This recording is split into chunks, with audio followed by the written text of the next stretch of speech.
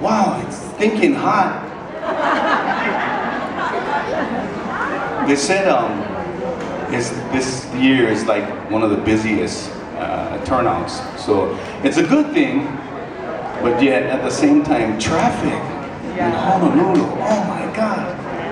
I was born and raised Kaneohe, but I now live more on Lewis side right now. So I thought to myself, I'll get here at noon, you know, give me enough time to come here, do a little sound check, leisurely.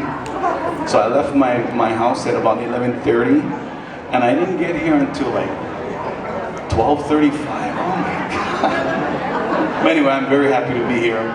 Food smells great. Thank you folks for coming. Like I mentioned, I'm from Kaneohe. And a few years ago when I was writing for my Kaneohe CD, what I did was I went to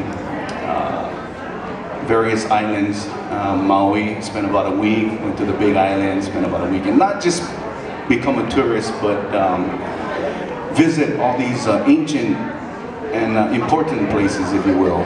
And what came to be was this song called Miku'one Hanaue, the place of my birth.